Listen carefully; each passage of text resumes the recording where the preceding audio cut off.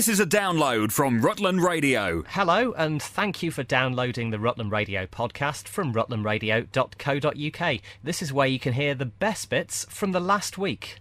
So, I mean, could you give us a broad synopsis of all the fun of the fair and what it's about? I mean, I know you had some publicity shots taken at the fair, so it must have that element to it. It does indeed. It's about David Essex, who played the part originally in his songs. I mean, he is Levi, or our Andrew is Levi in this version, and he owns the fair. And he has a lad who's a bit of a Jack the Lad, his son. There's a couple of stories that run through. You've got Rosa, who is the fortune teller, who has her eye on Levi, and her daughter, who is with Jack the Lad. But then, of course, you get all the young girls that come and visit the fair. So one of the young girls has her eye on Jack as well. So there's a bit of a tussle going on between them. And she then ends up being there, and her father is not happy. So her father, a bit of an Essex wide boy, comes with his boys, and you see the fair being set up. And then obviously they take it all down. They move to another location. One of my favourite lines is they're going to go up the Great North Road, which who calls it the Great North Road anymore, which of course is very apt for us in Lincolnshire. It is. Stamford with its fair heritage and everything like that. And the David Essex music, I guess, sort of goes all the way through it. And college players doing a musical, that's quite unusual in itself, isn't it? They've done a couple of musicals a few years ago, and they do like to do the musical version, and they do like the musical plays as well. So this is the first time they've done something like this, and it is all David Essex songs from Hold Me Close, Me and My Girl Night Clubbing, Gonna Make You a Star, and brings a few of us back to our 80s roots. And I'm sure most people will know a lot of the music to actually sing along to, and there's quite a lot of dancing in the show. I've done some of the choreography, and then Sarah has also done some of the fight scenes as well, so there's a little bit of action and drama going on, you know, a few toys off the fairground rides that you could win being thrown around the place, and a bit of drama, and a Dodgem car makes an appearance there. And it's in the Arts Centre Theatre. Yes, Stamford Arts Centre. It starts on Thursday to Saturday, and a matinee on Saturday as well. So would you say it's for everyone? Is it more adults? I would say it is for everyone, because it's quite a family sort of round the fun fair, and there's something for kids, although perhaps really young children, they might not find it quite so interesting. But I think it's actually for all generation. Anyone above, shall we not be rudely say above the 40s, will know all the songs. Anyone under that age will obviously be able to sing along, and they'll pick them up quite easy. So yeah, I'd say it's a sort of a family show as well. Highlights from the past 7 days, the Rutland Radio Podcast. Rebecca Goff, Volunteer Business Manager. And Mark Warwick, Chairman of the Trustees and Vicar of All Saints Stamford. So we're here at All Saints and St John's Centre. This is such a historic building for Stamford, but it needs a lot of work. Yes, it does. We launched a fundraising campaign a couple of years ago to do some renovations to the centre, and we've since gained some grant aid funding, so we've got £15,000 of grant aid funding secured. And our main priority at the moment is to repair the south elevation roof, which is a Collie Weston slate roof, and one we'd like to keep as a Collie Weston slate roof for the town, really. Obviously, we're looking at other grant funding options, but we've recently launched a Sponsor a Slate campaign. How many slates are there on the roof? Well, the initial target is for 3,000 slates for the south side of the roof, which is going to cost about £40,000. It's absolutely vital that we do this to secure the building for the community in Stamford. There's a shortage of meeting spaces in Stamford. The building is very intensively used already, and it would be a great shame to lose it until we can fund the repairs to the roof. There's no point in doing much else. But our target is to do many improvements inside as well, and hopefully even to provide more space for more people to meet. And children and adults here alike every single week? Absolutely. And we have over 300 children use the centre every week, and 50 adults across a real range of charitable organisations and organisations providing education facilities, so toddler groups. This building provides the food bank their base, so they're feeding over 1,000 families a year from the building, as well as SAMS, our local musical society, rehearse here, and Scouts Guides, lots of different groups meeting in the building, very well used during the week. And how can people actually find out about this and support it? It's on the All Saints Stamford website, stamfordallsaints.org.uk. There is a page for the centre, and it also has a Facebook page. More information will be posted on that in due course. But basically, with this particular campaign, we're asking people to contribute £10 to sponsor a slate for the roof, or if you can afford it, £1,500 will sponsor a square of slates, which is technical jargon used in Collie Weston slating, an area of about 10 feet by 10 feet. We've already had a couple of squares donated and lots of £10, but we're still some way to go, a few £1,000s still needed. We're getting there, and it would be really good to have this building secured for the future. And what sort of timescale are you looking at? The slate campaign is going really, really well, so So we're hoping that by spring next year we'll be able to be getting well on the way of getting the roof repaired, and then hopefully we can move on to doing sort of other repairs across the centre and think about how we use the space going forward into sort of 2019 and 2020. It is quite important that we get the roof fixed sooner rather than later, because we've already had a couple of slate falls, which can be very dangerous. So if we don't get this fixed soon, then the future is certainly very much in doubt, because it will become dangerous and the building would have to be closed. But we're hoping that we can get that done soon enough to save it. Rutland Radio. I'm Zoe Richardson and I'm the director. My name is Alex Flint. I'm playing Bobby. So Company isn't one of those necessarily that people would know the name of, but they kind of know the sort of relationships that are in it, I guess. Yeah, I think everybody will be able to look at the show and see a relationship that maybe resembles them or some of their friends. And it's just got something for everyone in it, really. It's Sondheim, so although the show isn't particularly well known, a lot of people know Sondheim and some of the amazing things he's done, like Into the Woods, West Side Story, things like that. And there's lots of those vibes that run through the show, so I think people who like that will really enjoy it. He's often known for his challenging music scores. Yes, I've not been singing it, but most of the time. But yeah, it's been tough work. Rhys, our musical director, has had his work cut out for him. But I think everybody has really pulled together, and dare I say it's been easier than people thought? I think that's probably true. I mean, I've escaped quite lightly, although Bobby's the lead and he's got lots of songs where he's on his own. The really complex technical songs that run all the way through the show are chorus parts, you know. And They all sing at you, basically. Exactly, they all sing at me, and as you can see as the show goes on, I get increasingly frustrated. There are some fantastic songs in this. I didn't know the show at all until Zoe introduced it to me, and I'm so glad she did, because it's a stunning thing as a whole. Musically, the individual characters in it are just so real. It's a comedy, although it's unusual circumstances. There are so many real bits of humanity in there. There are people that you'll be able to recognise on that stage, no matter what walk of life you've come from. And what sort of era is it set in? It was written in the 1970s and set in the late 70s, but we've decided to set it in modern day, which means that we're using some great projection and using sort of mobile phones and things, and really bringing it into the modern era. But I think what we've all noticed is that the actual storyline is completely the same and is completely relevant to modern day relationships as much as it was probably back in the 70s when it was written, and it's nice that it's got that sort of timeless appeal to it, I think. So it's the 9th to the 11th this month. At the Corn Exchange Theatre in Stamford. Yes, come Indeed. and see it. You won't be disappointed. It'll be a lovely, light-hearted evening. Some really funny moments, some really tender moments. And yeah, it's great. Come along. And suitable for all ages? I'd probably say probably over 12s will probably appreciate the humour with it. Yes. Rutland Radio's best bits on the podcast. So this weekend, it is the annual Rutland ploughing match. There's 17 categories, 17 trophies to compete for. And one of the organisers, Edward Griffin, joins me this morning. Now, it's looking a little bit wet. Is that going to make it particularly interesting? I think it should be fine. We've had enough dry weather preceding this day, so we should be okay, but no one likes a wet day though, do they? But No. Anyway, let's hope that the rain goes through in the morning and and the sun will come out later on. I think it will. It just depends on when, doesn't it, really? But it It starts at 9 o'clock Saturday morning. Do you literally go, one class after the other, and then is there any sort of head-to-head after that? No, it all runs together. Ploughing starts at 9:30 in actual fact and runs through till lunchtime, till about 1:30. All the classes plough together, and then we will have our prize giving then at getting on for 3 o'clock, I would think, when that's all done. We've got about 90 ploughmen entered altogether. It's going to be a big day, hopefully. Are they coming quite a distance, some of them, then?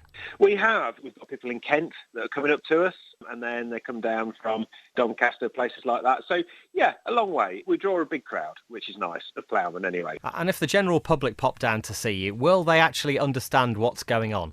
I hope so. Ploughing is, if it's pleasing to the eye, it's good. So I would guess most people would get a fair handle of the way it works, yeah. And do you see a wide variety of different vehicles? And I mean, there's horse-drawn as well, isn't there? So have you got kind of the latest technology too, or is it more the sort of vintage side? We've got all sorts. Got a pair of steam engines coming to plough, which is always a good spectacle. You have an engine at both ends of the field with a winch underneath, essentially, and then they winch a plough from top to bottom, so the plough is on a cable. So it's quite an interesting thing to see, in actual fact, that is. And then we've got teams of horses ploughing, yes we have. Then there is 4 vintage classes, and then we've got classes for modern ploughing, and indeed we've got the local dealers demonstrating the most recent type of kit. So if you head from the A606, go down Water Lane, which takes you towards Casterton, would that be the best way? Yes, it is. That's right. And then head down towards Casterton. Then we are about halfway down there on the right. It'll be well signposted, in actual fact. So, it's easy to find, and it's a good site to get in and out of. Fabulous stuff. Well, thank you very much for joining us. Do you think we'll get some local winners as part of this? Do we do quite well around here? Yes, yeah, I hope so. There's bound to be local people in the prizes. The prizes do sometimes go away. Watch this space and see who comes in with the goods, really. So ploughing gets underway 9:30 Saturday morning, and Edward Griffin, thanks for joining us on Rutland Radio and telling us about the Rutland ploughing match. You're very welcome. I hope to see you all there on Saturday, to be honest, so it should be good. Rutland Radio. So this weekend, lots of bonfire and firework events around the area, but Uppingham is doing something really special called Illuminate Uppingham. Claire Crowley is bringing everyone together. You don't know how many people are going to turn up Saturday afternoon at the Scout Hut then? No, we've just done a drop-in, so people are welcome to come, and we haven't said that there's any charge, so we're just hoping that people will come in and have a go at making some lanterns out of willow and tissue paper and lots of glue, and then make a lantern for the next event that's going to be on the Monday, which is a walk of the tree trail in the twilight. How wonderful is that? Where did it all come from? Because I know there's various events like this happening around the country. Yeah, I've always been envious of other towns that do enormous lantern parades, and I just thought we could start small in Uppingham and have a go at it. My friend Alex and I are doing this workshop because we've recently set up a community interest company called Root and Branch Out, and we're trying to get more children and families to do things outside and have an outside influence in their lives. So we've just set this up thinking what a brilliant thing it would be to do to tie it in with the tree trail that's just been set up in Uppingham. Absolutely. So that's going to be a huge spectacle on Monday night then. So, let's hope. Yeah, absolutely. So tomorrow afternoon, basically everything's provided for them, and I don't suppose there's really a minimum age for this, is there? No. They can come to the Scout Hut at 2 till 4:30, and we'll just have all the resources there to make lanterns. And then on Monday evening at 5 o'clock, we're going to meet in the market square with our lanterns and start a walk of the tree trail, which starts behind the church. The weekly Rutland Radio podcast. People don't really know what to do to help when, something like this happens. We had an amazing Christmas last year because of people's generosity. I'll always be grateful for that. And that really was the kind of sort of spurred me on, I guess. At that point, my older children in particular were saying, we really want to give something back. So you're trekking over the ancient footpaths of the Oman Mountains. It's in the United Arab Emirates, so it's about 2 hours from Dubai. We've about 2 hours transfer to a smaller fishing village called Dibba in Oman, and that's where we start our trek from. So do you know how far you're going to be covering each day? Because you're doing it from the 4th to, about the 10th? 4th to the 10th, yeah. So the first day is kind of travel and acclimatisation when we get to Dibba. It's about 36 degrees heat at the moment and about 75% humidity, so it's hot and humid. We obviously start off the beginning of the next day, so I think we trek for about 4 days in total, and we walk for between 6 and 8 hours a day along kind of ancient footpaths and through abandoned villages and up a relatively large mountain just under 2,000 metres. And you've raised over £4,000 already to put back to Copperfield. Yeah, that's right. I'm absolutely blown away again by people's generosity. We held a quiz night that was hugely popular and raised almost £1,000 just from the quiz night. Georgia, my eldest daughter, wrote to pretty much every single glitter company in the UK, I think, who were amazingly generous, and we had pots and pots of glitter. So we went to quite a few local events and parties, and we're doing glitter makeup on people and hair braiding, and again probably raised about £1,000 from doing that as well. And then people have just been incredibly generous. As a team, we have all together raised just under £200,000. Wow. So how many of there are you then? Just under 60, I think. So lots and lots of fundraising. You were saying just as we started, you're more nervous than excited at the moment. I am more nervous. I think the excitement was kind of about a month ago. We found out about it in May, and since then it's all about fundraising and training, and I've been excited and looking forward to it, and now I'm 2 days away. I'm definitely nervous. So what have you been doing to train? Is there any way of training, of walking a long distance in 36 degree heat? Right, there's no way of training for the heat, unfortunately, and certainly no way of training for mountains around this part of the country. Not really, no. No, so it's just been about doing lots and lots of long walks, as many long walks as I can do. Myself and a few of the other girls that are going on the trek, we all met at Rutland Water and did a 16-mile walk around there. That was really good. And then last week we actually went to Wales for the week, so I spent the week walking up Welsh mountains with my 3-year-old in a carrier, which was also really good training. Yeah. And I feel physically a lot more prepared now than I did. Rutland Radio. Hello, George. It's Rob from Rutland Radio.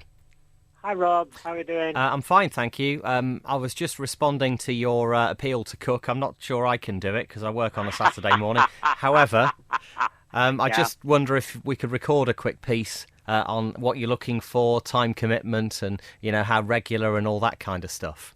So yes, you're urgently looking for cooks to help at the moment. I mean, how many are you looking for, and what sort of commitment would it be? Well, the commitment is only to join the rota, and we normally look at somebody who might be prepared to do one a month. Meals to be served at 12 noon. Cooks normally come in about 8 to do the food prep. The challenge is that they don't know what food they've got to cook each week because we don't know what food we will be collecting. And I know also you offer training and towards a food safety certificate if people need that. Well, yes, everybody in the kitchen needs to have a food hygiene certificate. And we've had an offer from a training person to train anybody that we want for free. So this is great news for us. And the more volunteers we have with the food hygiene certificate, the better, whether they're in the kitchen or outside. So this could be someone who's listening at the moment in a hotel or restaurant or just in their own kitchen. You don't have to have catering experience for this, just, I suppose, a creative mind and the ability to work with all those ingredients that may be unknown until you arrive. Yeah, very much a creative mind. But, some experience would be really helpful because for the last 3 or 4 weeks, we've had between 90 and 100 guests each week. So it's not quite the same as cooking a meal for the family. No, I understand. Are you sorted for this week, for instance? Well, this week we've got one of our cooks helping us. She's recently had a heart attack, and I've asked her to just sort of supervise and not do any of the work. Yeah, light duties. We've been a bit unlucky, really. We've had 2 of our ladies had heart attacks. We've had 4 of our chefs have got full-time work, and another one, a work commitment has taken her away, but she'll be back sometime soon. And another one had a damaged hand, so can't do any lifting. So we really have been unlucky. So anyone who'd like to help with this, I mean, you won't be on your own in the kitchen. There'll be people who have been there, and know the drill and know the ropes. So you won't be sort of, plunged into it and just left to get on with it. Oh, no. We've got a good team of people there who do food prep every week. So it's just a question of organising the team, determining what is going to be cooked, and they'll help with all the food prep and the cooking.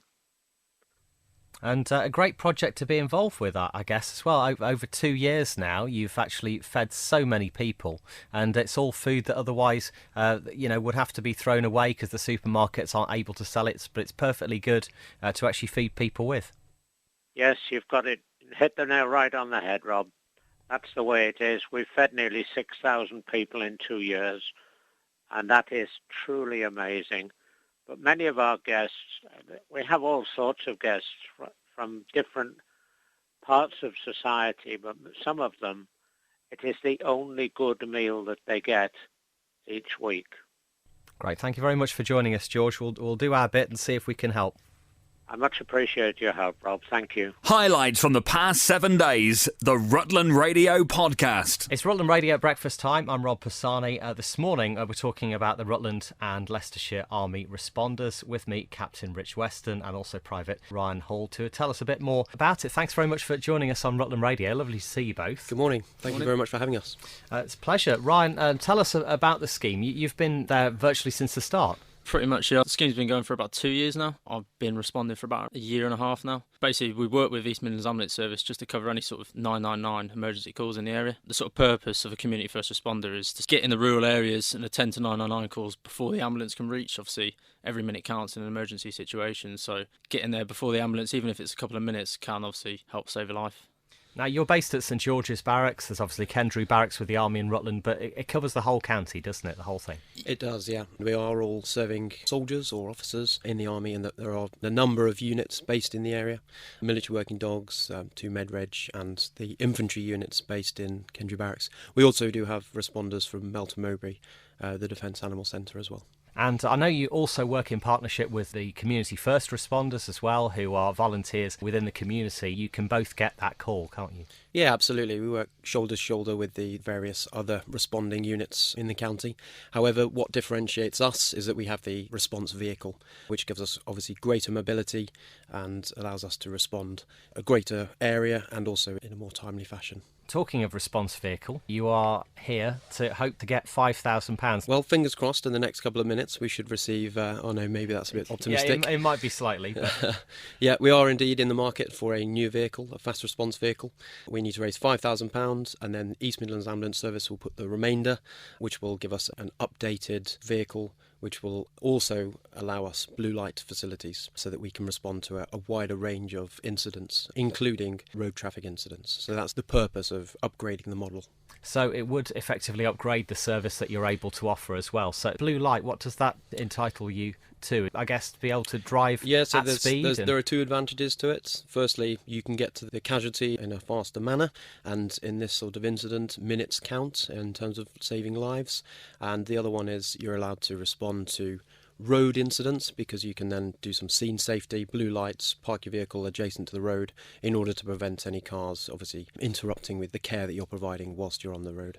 So if people would like to help out with this, you have a bid in for the Aviva Community Fund, and also you have Just Giving as well, so people can directly donate. Yeah, so we've just set up the Just Giving, and that is justgiving.com/crowdfunding/army responders. The army is obviously sticking around in the county, and it's very much part of the community, isn't it? We see you, in what do you call what you're dressed in today? Well, combat PCS, so personal combat.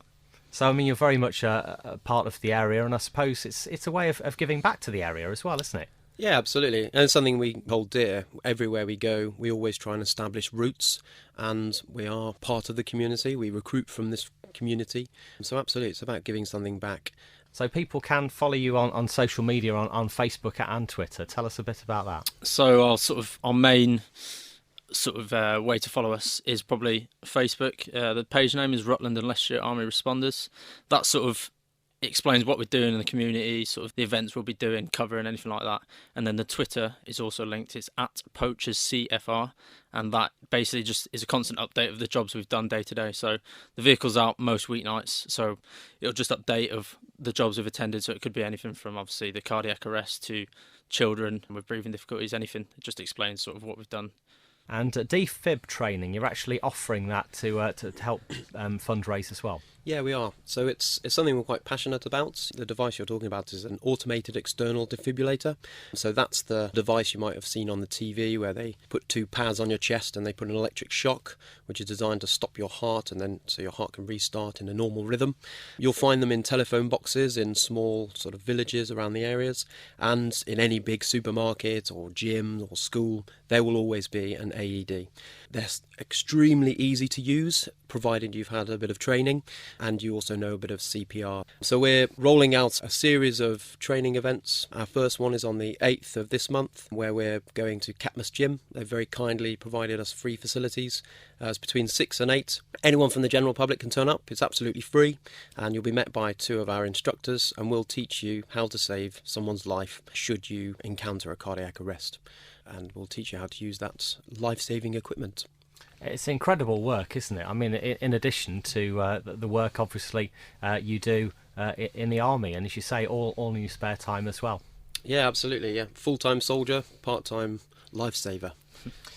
Captain Rich Weston and Private Ryan Hall, thanks for joining us on Rutland Radio today. So just to recap then, Rutland and Leicestershire Army Responders on Facebook, @PoachersCFR on Twitter to find out more. Rutland Radio. My name's Phil Vickery and I'm a glass artist. And whereabouts are you from? Well, I currently live in Sunderland because they have the National Glass Centre there, which I hire to blow my work. My parents live here and I help organise a lot of events in the church, so they got me in. So you do glass work? I do. And it's fabulous. How do you get all those colours inside the glass and all the different shapes? Well, the colour part is pretty much, with my work anyway, the first thing you do. I would buy a rod of colour from New Zealand, which is like concentrated glass colour, and I'd cut that up into small amounts, heat it up in a kiln, and then pick it up on an iron and gather clear glass over it once there's a bubble in there. Wow. So as it blows through the clear glass, the colour goes with it. But the shape is my input, mostly. And of course, obviously, it's nice to have some happy accidents, of course, but these things do happen. But mostly I have an idea exactly what I'm going to make before I make it, and then try to make it. So where do you get your inspiration from? Well, the starting point of my inspiration, I'd say, is probably from nature. But I've been doing this I started touching glass back in '97, and I've been doing it professionally since 2001. So a lot of my designs have evolved over a natural process of just doing them again and again and again. And I like to see how something works afterwards and think about how I can improve it for the next time. And where's your work displayed? Is it displayed around? Well, I used to make smaller pieces, so I used to have like about 35 different galleries around the country. But since I did my postgraduate in 2005, I've been making more bigger sculptural pieces. So a lot of the galleries that I used to exhibit in think, oh, they're too big and too expensive, so I've had to leave those galleries. So now, sadly, I'm only really in 3. But the main gallery is actually the Plateau Gallery in London in Mayfair, and that's where I sell most of my work. I'm Barbara Taylor-Harris, and I am the chair of Art in Liddington. So what does Art in Liddington mean? Art in Liddington is an annual charity exhibition, which is also a competition, supported by Great Art to the tune of £700 worth of vouchers for the artists. Wow. So it's a wonderful opportunity to see a wide range of work. We have painting, we have every type of work you can actually do. And is it just from people in Liddington, or is it all around? No, it's all around. Mm-hmm. Mostly the counties near us, like Northamptonshire, Leicestershire and Peterborough. And is this an annual event? It is. It's been running about 10, 11 years. Wow. Yeah, so always get a good reception? Yes, always. And are you looking forward to tonight? I am.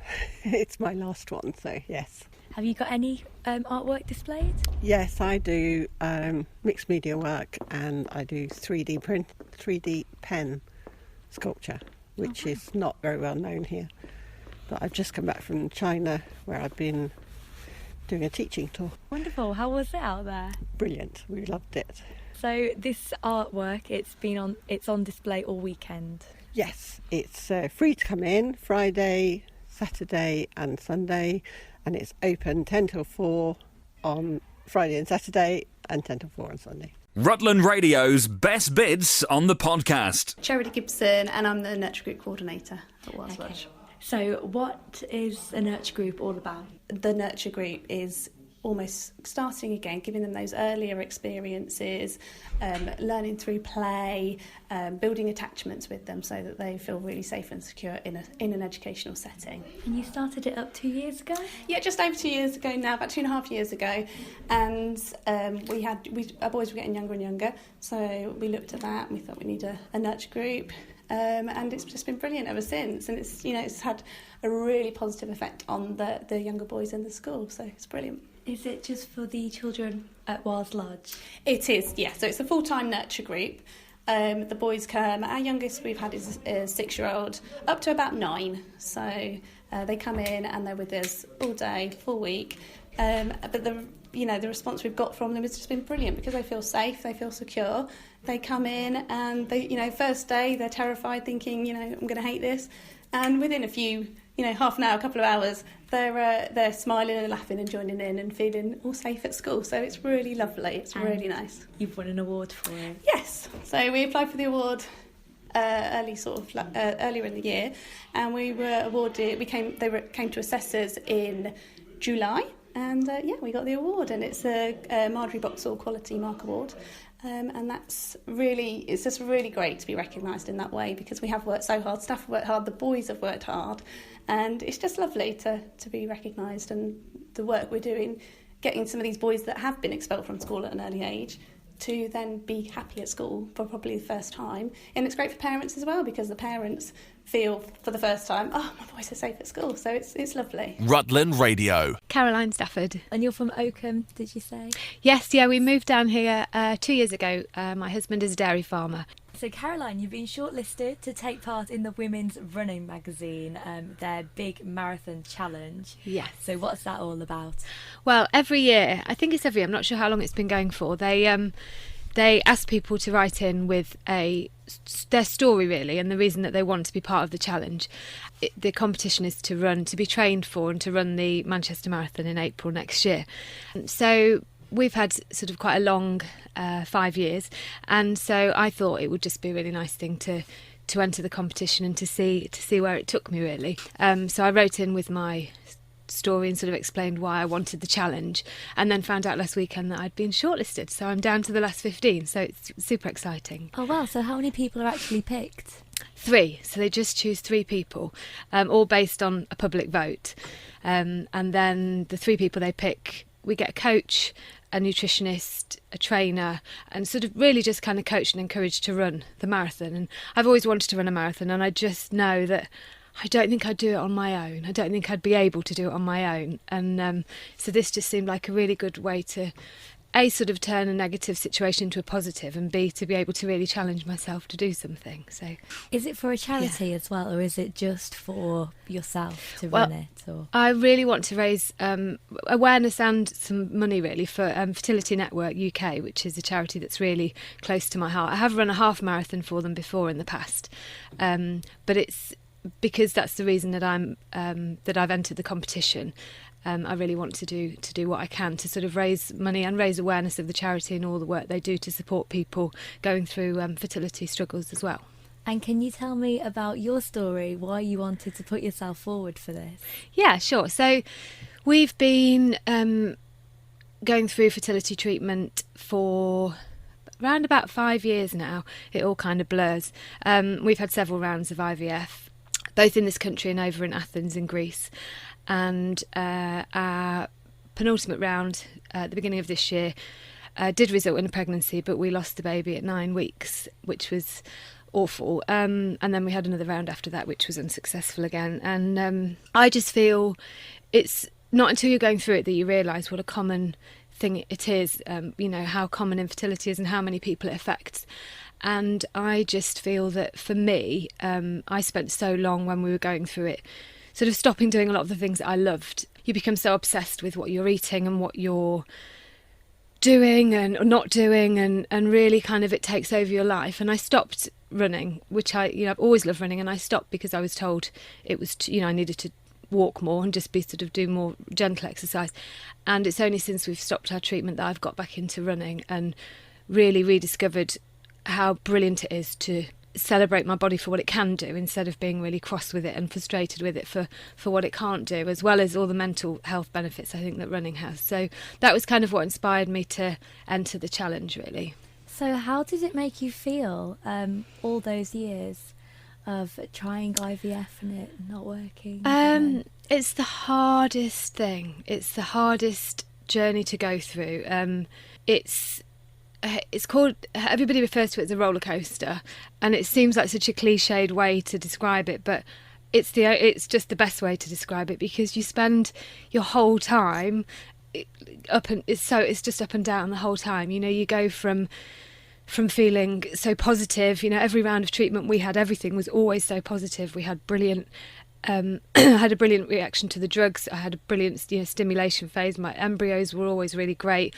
And then you'd have this massive crash when it comes to after the 2-week wait, you do the test and it's negative again. And it's just all consuming, and it's a massive strain on every area of your life. Everything in life goes on hold.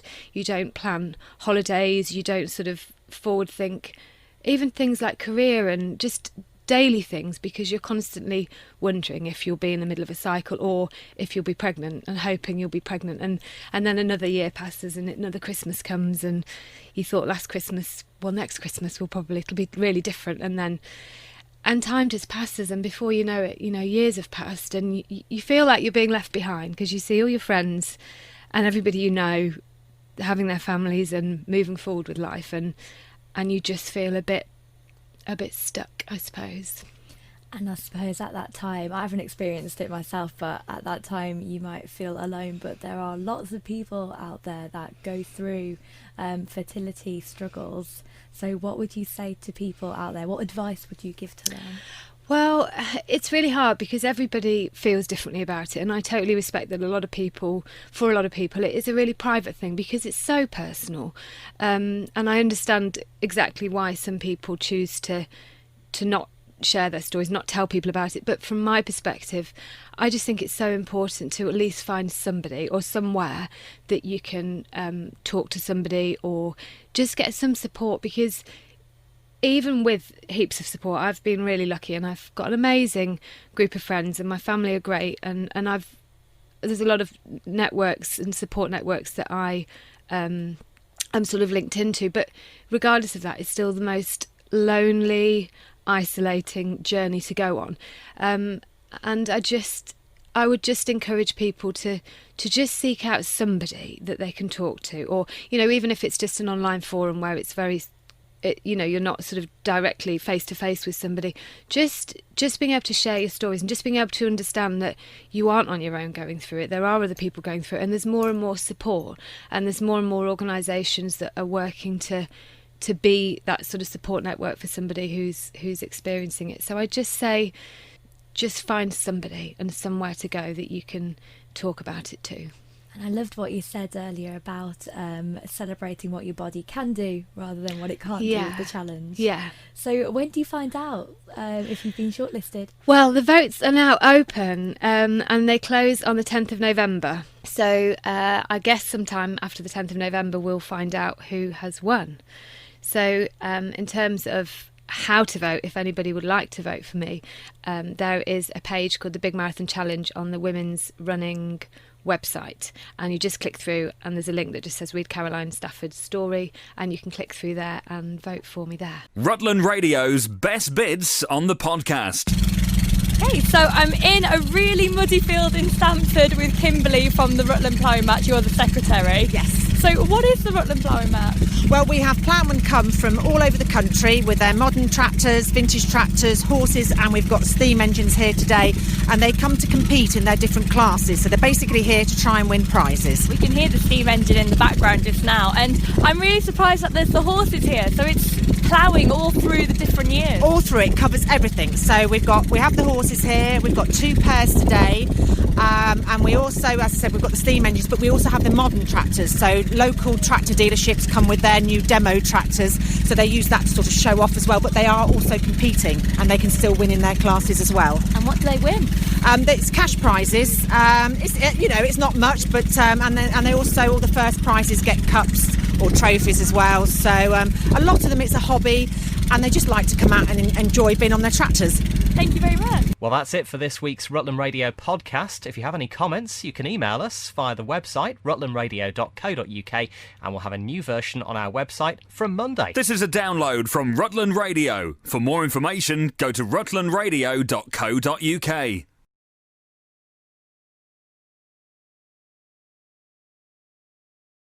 This is a download from Rutland Radio. Hello, and thank you for downloading the Rutland Radio podcast from rutlandradio.co.uk. This is where you can hear the best bits from the last week. Live in the studio, someone who has been walking since last Monday night from London, from the Pride of Britain Awards. His name is Mark Solan. Now, Mark, you won the Regional Fundraising Award for the Tyne Tees region, different ITV regions, for the amazing work you've done for cancer charities after losing your mum. Yeah, I set up my own charity 2 years ago now, and in 2 years we've raised about 140,000. We've got our own charity boutique. Back of that, we've got a treatment room where we do Reiki massage for people with cancer. We have our own wig bank, one of the first free ones in the country. We have our own support group, bus trips, and we've supported about 400 local families. So what's your charity called? It's called the Solon Connor Fawcett Family Cancer Trust, and we basically try to create normality when everyone's losing their heads. You're diagnosed with cancer, it's an horrendous feeling. So we pay bills, we pay the mortgage if needs be, we'll get the kids to school, we'll put groceries in the cupboard, holidays, whatever people need. Because when my mum and my gran died from it devastated our family. and it's the little things that become the big things. So that's what we try to do. Now, you're speaking to me in the studio this morning. There's a strong smell of TCP. This is because you've been walking since last Monday night, and you reckon it's going to take you 3 weeks to walk home. You're at the Pride of Britain Awards, which is going to be on TV tonight, of course, which was recorded from last week, and you won the Regional Fundraiser Award. But in order to raise more money, you're actually walking back home to the northeast. Yeah, I was in Borneo a month ago doing a jungle trek to raise money for our charity. My friend's mum sadly died. We'd looked after her for 2 years, and he's a trustee, and I told him that if we win the regionals, I will walk to London. When I won the regional, I was told that it was on sooner than I thought, so I didn't have time to walk there. So I says, okay, I'll walk back. So the awards were Monday night. So Rod Stewart, Ozzy Osbourne, Sharon Osbourne. It was an incredible night. Yeah, and then I got the next will see one. it on telly tonight. Yeah, it's on tonight. Yeah, they'll see you on telly. Yeah, hopefully they'll see me sat there, looking anxious, and then I walked home the next day. And so I've done 103 mile in 5 days. I was injured Saturday. I've strained my left knee. I've lost a couple of toenails almost, and I've got Achilles tendonitis in my right heel. And the physio told me not to go any further. But I'm on painkillers, and I'm not going to pack in. So now I'm going to take a little bit longer to walk home and walk less miles. So I'm hoping to do about 15 mile a day. Although I did 18 yesterday. Wow, so that's real determination, belief in the cause, I suppose, isn't it? Yeah, is that what keeps you going? Yeah, of course it is. Yeah, I've seen my family destroyed. My mum died. I was 22. My mum was 43, and I'm only 44. And then my gran. I'm 44 as well. Yeah, so it's a massive reality check. And my gran was 75. She died of breast cancer. And my dad sadly then drank himself to death. So we don't just support the person who's got cancer. We support the family around that person. So we try to do as much as we can just to create a bit of normality. And I tell people I can't make you better, but I can try to make what time you've got better. And whatever pain I'm going through now, it's nothing to what the families are going through. So you're leaving Oakham today and heading north to Grantham? Yes, we're on our way to Grantham. I've had a technology problem this morning with my phone. My phone's froze. It's locked, isn't it? Yeah, it's locked, so I can't ring anybody. I can't get my Google Maps. So hopefully when I need to find a store to sort that out, and then I'm back on the way, to Grantham, and then Newark, and then Doncaster, and just work our way back up. And can people donate to help you as you go? I mean, you're dressed in your high vis with Pride of Britain on, and yeah, if they go onto our website, it's www.teamsolent.org.uk. They can donate there via the button. There's a donate button, or Just Giving. If you type in Team Solent, you'll see our little Superman badge. You can donate. It's been incredible. Initially, it was a memory walk. Now it's turned into a cancer crusade. That's what the ITV studios have been telling me. More and more people's getting behind it. So it's good because we only a small little charity in the northeast, but now we've become a bit of a known nationally, which is amazing. And it was never my intention. I just got it in my head I was going to do it, and I do it. But like I say, now every single person that we're coming across has been affected by it. Yeah. All the hotels we've stayed in, the managers have lost somebody to it. Yeah. And it's amazing how many people are affected by cancer. But the northeast has one of the highest cancer rates in the country, unfortunately. But the support I've had so far has been incredible. Mark Solon, thank you very much for joining us on Rutland Radio. We really appreciate you dropping by. If there's anything we can do to try and fix your phone, if you've got time, I'll make you a drink and we'll sort out your phone in a mo. But good luck with the rest of the walk. So you've got 2 more weeks, really, of walking. Yeah, about another 12 days. 160 mile I've got to do. Mm-hmm. But obviously, the further north we get, the weather's going to change. You have beautiful weather down here. Thank you. So up home, I don't remember the northeast being all that bad. But oh, it's really bad. It's really bad. Thanks very much for joining us this morning. It's been a pleasure to meet you. Thank you. Highlights from the past 7 days, the Rutland Radio Podcast. I'm David Fisher, and this is Roger Adams from Stamford St Martin's Rotary Club, and I'm from the Rotary Club of Stamford, and we're here today supporting Stamford in Bloom, but also in support of the Rotary Purple for Polio campaign, which looks to eradicate polio worldwide and is supported both financially and as a project by Bill Gates. So what we do is we plant purple crocuses to publicise and to let the public know that we are planting for polio. And the reason they have their purple is that when children in particular are immunised abroad, there's a little purple ink spot put on their hands so that when they go back to check has every child been immunised, they can confirm that that's the case. So that's what we're doing. It's in support of Stamford in Bloom, but also in support of our Purple for Polio campaign. And you planted some more bulbs around Stamford. And we have planted a number of bulbs. Last year we planted a lot on the recreation ground and also down at Wharf Road. And this year we have planted approximately 4,000 bulbs in St Michael's Churchyard in conjunction with the Harry Scales Trust and the Town Council. And of course now we're planting here as well. And Burley Rotary Club are planting at Blue Coat School also in support of the Purple for Polio. So does the money... We pay for it through our Rotary clubs. And then the Rotary clubs themselves also donate quite considerably to the Global Foundation for Fighting Polio. So all of the 3 clubs in Stamford and around the area all contribute monthly or yearly to the overall polio campaign. And the eradication of polio is, I suppose you'd say, 99% complete, but there are still nations in the world where polio is an issue. And until that's been eradicated for several years, then the immunisation programme will have to keep going. Rutland Radio. It's Stephen James McElroy, CEO of myfarewellnote.com. Okay, so can you tell me a bit more about myfarewellnote.com? We've developed the app over the last 2 years, myself, a project manager and 3 developers, to give people the option to leave notes for loved ones in the event that they're taken away, i.e. if they die through illness or injury, people that do dangerous sports, firefighters, people that do dangerous jobs. So it's a place where someone can go to just have memories and keep this person alive, really.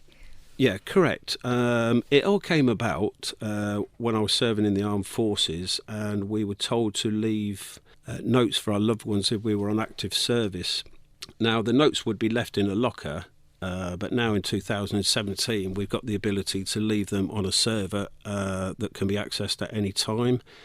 So leaving loved ones' messages could be a great comfort to them in the future. If you think of the people in the Twin Towers, when they were in that dire situation, most people text their loved ones, phone their loved ones, or left messages for their loved ones, and that's exactly what this app's all about. The song that sums our idea on our app up is Ronan Keating's If Tomorrow Never Comes.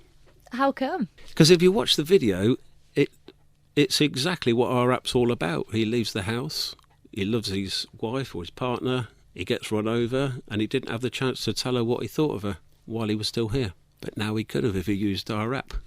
You had the inspiration for it in the armed forces, but why? Why did you want to do this? I lost a friend approximately 12 years ago to a brain hemorrhage, and when he fell, he never spoke to us again after that, and sadly he died. And I always thought, if it would have been something that was foreseeable, then he would have been able to leave some messages and talk to his loved ones before he died. But unfortunately for Andy, it didn't happen, and he lost his life. But now, with modern technology and the app world, we're all able to do that now with our app, myfarewellnote.com. Anywhere over the world as well. Yeah, exactly. We've looked at the analytics of what's going on with the app, and it's hit a lot of people in the United States. And to date, we've been launched from the 27th of October this year, and we've got 1,300 people on board. So there's a few celebrities also come on board. I'm not allowed to mention their names, unfortunately. But what we have done, we've got a PR chap out in Los Angeles at the moment doing a project of his own, and he's going to be talking to some people out there, and hopefully that will take off also. First of all, where can people find the app? Okay, if you go onto the internet and put in myfarewellnote.com, that will take you to the website, and it will give you all the information on the website that we can give you with regards to how the website works, how the app works, what's involved. There's a lot of questions and answers, and also we've got a contact page that people can contact us, i.e. charities or anybody that's having a problem with the app, we might be able to help them out. So if they go on to myfarewellnote.com, you can register for free, and we store them securely on a server, and that's also backed up by another server. So hopefully this will be here a long time after I'm gone. If you write a note for somebody, they automatically get an email to inform them that you've left them a note, and after that, if they try to open the note while you're still alive, you get an email back to say that they've done that, and you can stop that by clicking a link, and they get notified by an email that it's only to be read in the event of your death. So some people, I suppose they might think that we've got photographs, we can write down a note. So what makes this so special to what people can already do to leave for their loved ones? I think it's a personal touch. It's personal videos talking to your loved ones. It's personal text messages that's coming from you personally, and it's only for that recipient. So it's totally personal. Not everybody's going to like it, and I agree with everybody that's looked at the app so far. Some people like it, some people don't, but the majority of people are saying it's a brilliant idea, and they've signed up and they've left their loved one notes. I think with our app, Stephen Fry once said in Vanity Fair magazine in an interview that what would be the worst thing that he could think, or what he would regret that he hadn't done in his life, and his exact words were, being taken away without letting the ones in my life know what they meant to me. But now you can, Mr. Fry, so help yourself. Thank you very much. Highlights from the past 7 days, the Rutland Radio Podcast. My name's Michaela Forty, and I coordinate the Joining Forces project for Age UK. So Joining Forces is a new project. It's to help older veterans, and that's veterans born before 1950. So that's people who have been in the forces for a considerable amount of time, or they may have done national service, or they may have just been in for a day. So 1 day's pay, and they are eligible to receive support from the Joining Forces project. It's to try and support people to live independently and have a really good quality of life as they're getting older. You can either email at joiningforces@aukleics.org.uk, or you can call me on 0116 2614 606. The weekly Rutland Radio Podcast. I'm Brian Sampson. Left school and played for Leicester Tigers second and third team. Then I went to play for Harrogate, and I went abroad for a few years. In between times I played for Oakham. I've largely been here since about 1977, on and off. And I never know at the end of one season why you can't start the next one, so I'm still playing. And could I ask how old you are now? I was 70 last week. Is that pretty unusual? Because you would think of players that we know in their 30s, 40s, after that, doesn't it get difficult?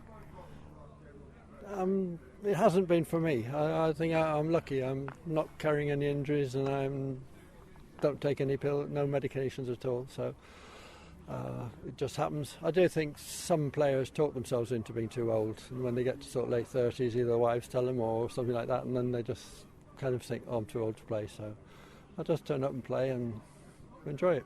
It's good fun. It can be a dangerous game, can't it? The contact side of it.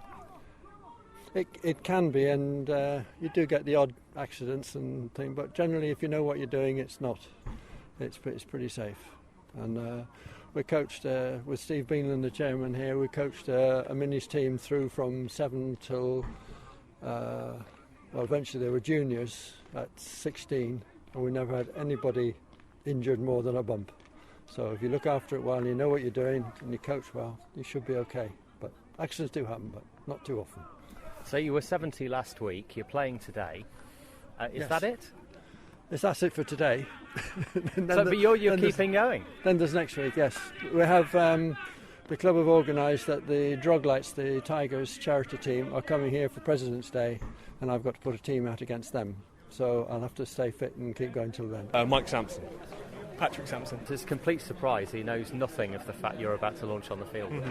Yeah, no, we're not really sure how he's going to react. So hopefully he's going to see us at the end of the tunnel with shirts and things to give him. And I can't wait to see his face when he gets to the end of the tunnel. Yeah, it's going to be brilliant.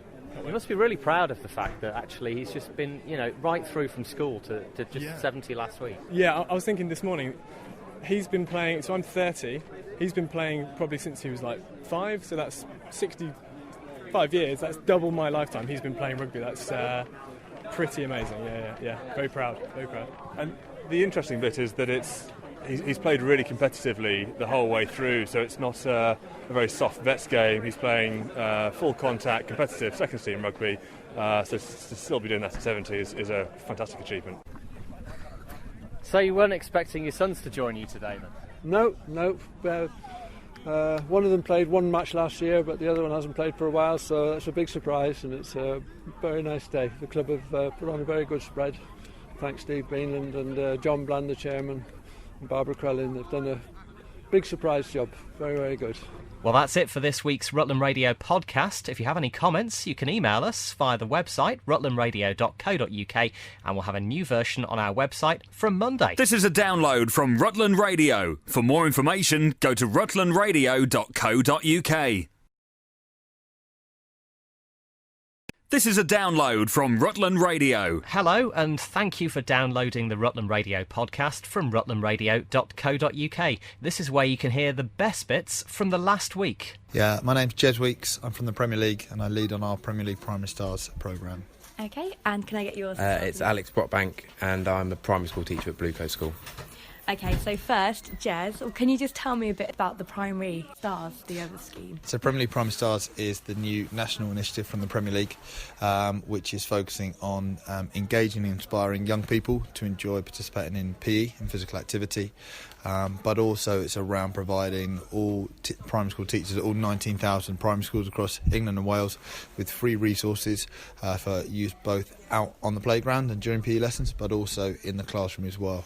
So the teachers can utilise football as kind of the vehicle through numeracy, literacy and PSHE resources as well, and that's all free for teachers across the country. So we're here today as part of our Premier League Primary Stars Trophy Tour, where this term we're taking the trophy to promote the programme to 22 schools across the country. So not many, 22 out of 19,000, so the school was quite lucky in that sense, and these schools have been chosen from either this school was chosen by a parent nominating their school to be to win the trophy. So they've won the trophy, and the kids have had an assembly this morning with the trophy at the front of the assembly, where we shared with them our Premier League Primary Stars values, and then also we brought along the coaches from the local football club to the school, which is Peterborough United, and those coaches are currently delivering both practical activities outside and also classroom activities on healthy eating. So how excited did the kids get? Yeah, they were very, very excited this morning. So yeah, what was great, a lot of them can't believe it's the real trophy, but it is the one. It's the one that John Terry and Gary Cahill lifted recently, and so to have the real trophy in their assembly is kind of a little bit can't get their head round it sometimes. And to accompany that, we had Peter Burrows, who's the Peterborough mascot, come into assembly, and the kids loved that as well. So they absolutely loved it. They were very, very excited this morning. I think the hardest thing from my point of view is keeping it quiet, because I've known about this since July, so I've had to kind of not say anything to anybody, and as it's built up, we've sort of built it up, and it's the atmosphere around school this last week has been fantastic with regards to all the sort of mini workshops we've been doing in school, all the lessons, all the assemblies, and now today to end it all, it's been pretty fantastic, to be fair. So what impact does it have on the children? So obviously, like you say, they're doing a healthy living workshop, and at the moment our overall sort of aim for the school is we're looking at healthy living as a school, so it fits in perfectly. Like Jez says, all the resources we've actually been given, we can now start using them, because we didn't want to use them until we'd launched today. So now we can actually put all of those into place, and we've been given a lot of resources to put in out on the playground, in lessons, and it's going to have a massive impact on the children. And have you been a bit excited to have the trophy? Far too excited for my own good, I think. Man United fan, so it's been yeah. Pointing to all the kids where Man United are on there so many yeah. I can't help myself. Rutland Radio. James Brackenboys. And can I get yours as well? Isabella Livingston. Okay, now you're both the sports ambassadors here at Bluecoats. What do you have to do as a sports ambassador? When some other schools are going with sports, we go with them and we basically in charge of the children with the sports. Do you enjoy it? Yeah, we really enjoy it, and we're bronze ambassadors, I think, and we inspire the people to do sports, and we'll sometimes do assemblies and reading that out. So you've had the Premier League trophy here today. Yeah. Pretty cool. How did you feel when you saw it? Well, I was pretty amazed. I never knew it would be priceless, and yeah. Does it look like you thought it would look? Yeah, I think I saw it on TV once, but it doesn't look anything like it did because it's so shiny and you can see your reflection from it. Do you wish you could keep it here? Yeah, that'd be cool. Yeah. Now, are you a Man City supporter, or who do you support? I support Sunderland. Sunderland, and whereabouts are they? They're in the Championship. Oh, okay, so yeah. They're not going to get a Premier. They're not going to get the Premier. I support Leicester. Oh, do you? Yeah. Are they still in the Premier League? Yeah. Do you think they might be able to raise it? I don't know. I don't think so. It's once in a time thing that happens. But yeah, hope they do. Highlights from the past 7 days. The Rutland Radio Podcast. It's Rutland Radio. I'm Rob Pisani. This Saturday is the annual Rutland Fair Trade Market. Did you know that Rutland has actually been a fair trade county for over 10 years now? Tell us more. It's the chair of the Rutland Fair Trade Steering Group, David Lewis. Now, why did Rutland ever become a fair trade county in the first place? What does that actually mean? Yes, Rob. To become a fair trade county, there are a number of conditions to be fulfilled. The county council has to be a supporter, has to pass a formal resolution to say it's going to support fair trade, and then you have to demonstrate that you're getting a certain level of support from local businesses, other organisations, churches, schools, etc. And then you also need to demonstrate that you've got an active steering group that's organising events, that's generating publicity in the local media. Rutland, I think, was the third county to achieve fair trade status 10 years ago, and we need to maintain that status. We need to continue with all those sorts of activities. Now, fair trade is, as it says, really for getting a fair payment for those who are involved in the production and manufacture of various things around the world? That's right, yes. So there are really two key elements that make fair trade special. One is that the producers are guaranteed a minimum price that is deemed to be a fair price. So, for example, if you buy a fair trade chocolate in the shops here, then the manufacturer of that chocolate has paid the fair price to the producers of the cocoa, so they have some protection from market volatility. But secondly, there's what's known as the fair trade premium.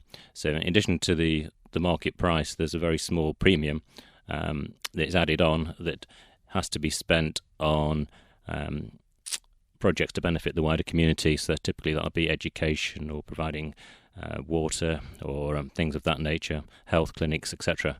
And although it's only a small payment for each product, it mounts up, and I think last year it was around £100 million was paid out to producers around the world from the sale of fair trade products, and that really does make fair trade special and unique, and really does deliver great benefits to producers around the world, helping them to use trade as a means of improving their living standards at a very, very, very small extra cost to those buying the products.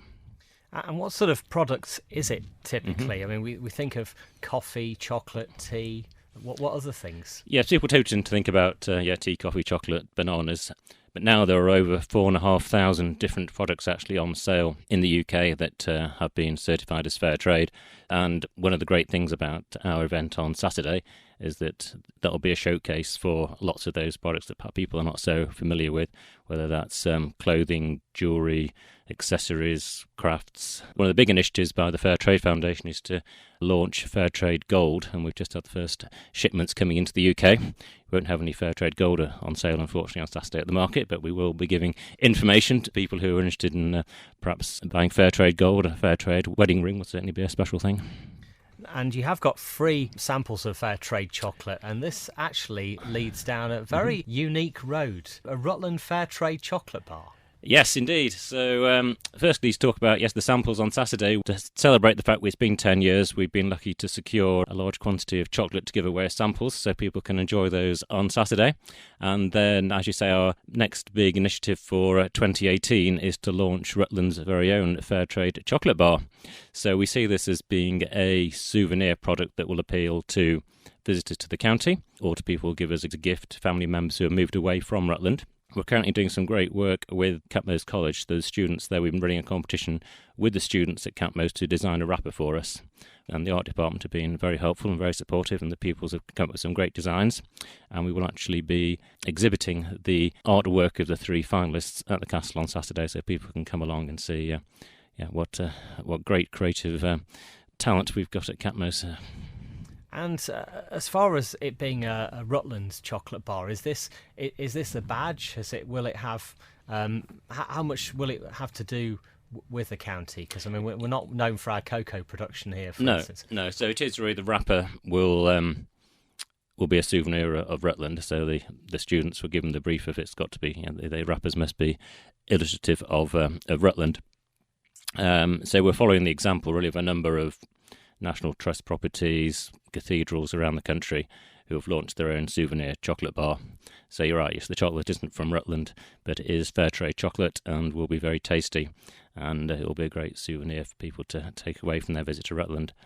That sounds excellent. So it's all part of the fair trade initiatives that are going on, and you can find out more about it, and also find out about all these fair trade products that you could access, get your hands on, buy at the Rutland Fair Trade Market. It's Oakham Castle, isn't it, this Saturday? It's Oakham Castle, starts at 10 o'clock till 3 o'clock, free entry, and it's a great event. All our store holders love returning because they say it's got a real buzz and a great atmosphere. So come along and buy some fair trade items and enjoy a fair trade cup of tea and homemade cakes.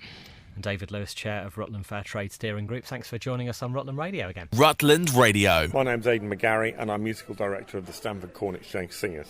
And the Stamford Christmas Festival this Sunday, there'll be stalls all over town, there'll be entertainment all over town. In fact, the Corn Exchange Singers, I know, are also performing as part of that. But once everything... The light switch on finishes, people head here and fill the Corn Exchange. Well, I very much hope so, really, that they can round off their Christmassy day by coming here. It'll be at 6 o'clock, and tickets are £8 for adults, £7 for children, but a family of 4 can come for £5 each. So we very much hope that they'll come and see our concert, which is a mixture of all sorts of things. The second half will be mostly Christmassy. The first half won't be, and we're just sort of leading people into the Christmas season. And it's another one for a very good cause, which so many people know about around here. Yes, it is a very popular local cause, which is dear to our hearts and a few of our members' hearts as well, which is Sue Ryder Thorpe Hall.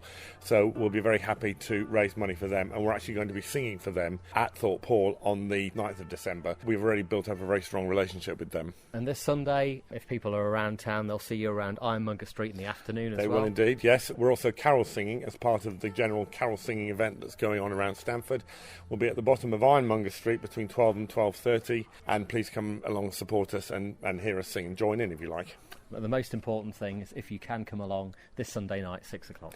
6 o'clock, please, yes. Really, you'll have a marvellously eclectic concert, a mixture of songs for all tastes, young and old, and you'll really enjoy it. So look forward to seeing you there. Rutland Radio's best bits on the podcast. It's Rutland Radio. I'm Rob Pisani. Do you remember last year was the 10th anniversary of the NSPCC Carol concerts at Oakham All Saints Church? Always a star-studded night. It's back on the first Monday in December, and Barbara Crellin's here to tell us more. Barbara, it's raised a staggering amount of money over the years, £154,000 over 10 years. That's amazing, isn't it? It's absolutely amazing. Thanks, obviously, to Margaret Wheeler heading it up, but she's got a very willing and very hard-working band behind her. I don't suppose people realise the work that goes on beforehand, but no, the result is always amazing. And it's a star-studded night as well. Who's involved this year? Very similar to previous years. We've got Anne Davis from Midlands Today, Lars Thorpe, Peter Wheeler, Leicester Tigers, and in line to be president of the actual Rugby Football Union very shortly, Rosemary Connolly, who you all know. She'll be doing some lunges from the lectern. Well, you never know. David Farrer and Nigel Colburn again. Yep, really star-studded load of readers. And the Harborough Singers and Foresters Brass as well, which, you know, they just bring it to life, don't they, with a huge packed church. Absolutely, and with apologies, that's the reason that we don't open the doors till 6:45, because the brass are warming their instrument up and the singers are practising, and really it's not fair on them. We need to give them enough space, so the doors won't be open till 6:45 for the 7:30 start. And this is one of these events that so many people have in the diary. They think, oh, the first Monday in December, it must be. And so often it is. So for anyone new to it, how can they get tickets? Because I guess they need them pretty quickly. They can get them directly from Margaret. There will be lots of flyers in the shops in the next few days, but your best bet in Oakham is to go to James Selleck, the estate agents on the corner of Mill Street, and in Uppingham to Don Paddy's in the Market Square. And I guess there's not much else people need to know other than how much it will be for a ticket. It's £15 and it's £15 very, very well spent, because almost every penny goes to the charity. We have lots and lots of sponsors who come on board year after year, and that is the reason we do have to have some reserved seats. I know it's a church, but it's actually a venue that night because it is a concert, not a service. And we do reward, for want of a better word, our major sponsors who give really substantial donations year on year with a reserved seat. But if you get there for 6:45, there'll be room for you. That's Monday night, the 4th of December, the annual Rutland NSPCC Carol Concert. And Barbara Crellin, thanks for joining us on Rutland Radio. So James Selleck's in Oakham and Don Paddy's in Uppingham, £15 a ticket. That's basically the details, really. Brilliant, yes, and don't forget there's mulled wine and mince pies and hamper raffles and all sorts of things. And of course, Caroline Ashton will be firing remarks at you and asking you what to do, stand up, sit down and everything else. So it's really fantastic evening. Rutland Radio. Yeah, Reverend Andy File, Minister at Stamford Methodist Church and Superintendent Minister of the Circuit. This Little Knitted Angel scheme, can you tell me a bit more about it, please? Yeah, it's something that happened in a previous area before, and we picked up this idea about 2 years ago. We asked some of the ladies at the church, ladies tend to knit, would you knit some angels for us? So one of our folk got the pattern, started knitting, and got lots of other people knitting as well. Not all people from the church either, people in community groups who knit, to make these little angels for us to put around Stamford at Advent this year. And how many have you made?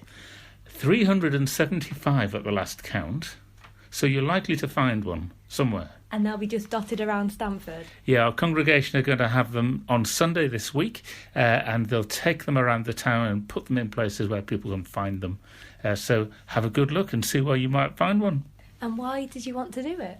Well, the whole point is really to help people understand the message of Christmas, and angels are a really good image for that, because the story of Christmas, the birth of Jesus, is announced by angels, and they're singing their praises to God for the birth of Jesus. So angels are a really good way of doing that. And to spread the message, we've put a little card in with each angel. It's in a little bag. It's got the tiniest bit of the message of Christmas, and then there's an invitation for people to take a photo of the angel if they can on their phone or whatever, and put it on a Facebook page, the church Facebook page and your own, and share the joy. And so once they've taken a photo with this little angel, what do they do with it then? Can they keep it? It's theirs to keep. It's a gift from the church, and maybe you put it on your Christmas tree as a reminder. The weekly Rutland Radio podcast. I'm Lion President Jill Clark from Stamford and District Lions Club. And are you happy with the tree festival this year? Very happy. We've got a lot of good entries and they look absolutely spectacular, so very pleased with them. So why do the Lions do it? We've done it for a few years now. It was traditionally done by a couple many years ago. They started it. They got to the point where they felt they couldn't do it anymore, and it was in danger of dying out. So the Lions felt that we couldn't let this tradition die, so we took it over. And that's probably about 6-7 years ago. And how does it help Stamford? Because the Lions obviously put everything together and we organise the trees. Kate, bless her, she sends out all the applications for anybody who's interested and invites people to come along. We invite the schools, we invite local charities, businesses, any organisations, clubs in the town to help them come in here and raise awareness of what they do. So they decorate their trees as the way they want to, and they put all their leaflets, all their wares around it just to raise awareness. So it raises awareness for the people of Stamford, but it also brings a lot of pleasure for people who come into the church to have a look. And if you come in of an afternoon when the sun's going down and it's sort of twilight, it looks absolutely beautiful because the light's not quite so bright and the lights of the tree all shine up, and It looks absolutely gorgeous, especially in a beautiful church like we've got here. So it's making use of the church as well. So.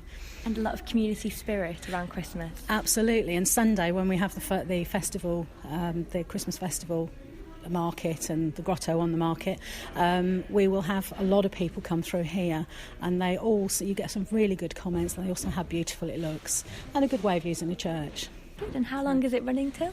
It runs until the 10th of December, Sunday the 10th of December, and it's open every day from, I think it's 10 till 4. Rutland Radio. Kate Riley. I'm a volunteer for the Church's Conservation Trust, which looks after St John's Church. Our church wardens 20 years ago thought we could put a tree festival in St John's because all our services in December were in All Saints Church, and we've done it ever since. It makes people think about Christmas is coming, and it helps to raise money for local causes. This year, Sue Ryder Thorpe Hall Hospice and the Church's Conservation Trust, which looks after St John's Church, and All Saints and St John's, who had the idea in the first place. And they all look gorgeous, though. We are so lucky. The trees come from Digby Farm, and so they've only got 7 tree miles on them. They're very environmentally friendly. They're all real. They smell delicious. Every year people decorate them in many different ways. There's no theme. We have children's play groups. We have church groups. We have the brownies. We have the panto players. We have local charities, the Prison Fellowship, Cruise Bereavement Care, Horticultural Society and Flower Society, who do wonders on a miniature scale, the Embroiderers Guild, as well as businesses around Stamford, and lots of children's groups who make things and then bring them along, so they're different every year. And you have a special connection with St John's Church, don't you? This beautiful old church is where some of my family used to come 100 and more years ago, because my grandfather was actually born over the bakery at the bottom of the churchyard in 1874. Well, that's it for this week's Rutland Radio podcast. If you have any comments, you can email us via the website, rutlandradio.co.uk, and we'll have a new version on our website from Monday. This is a download from Rutland Radio. For more information, go to rutlandradio.co.uk.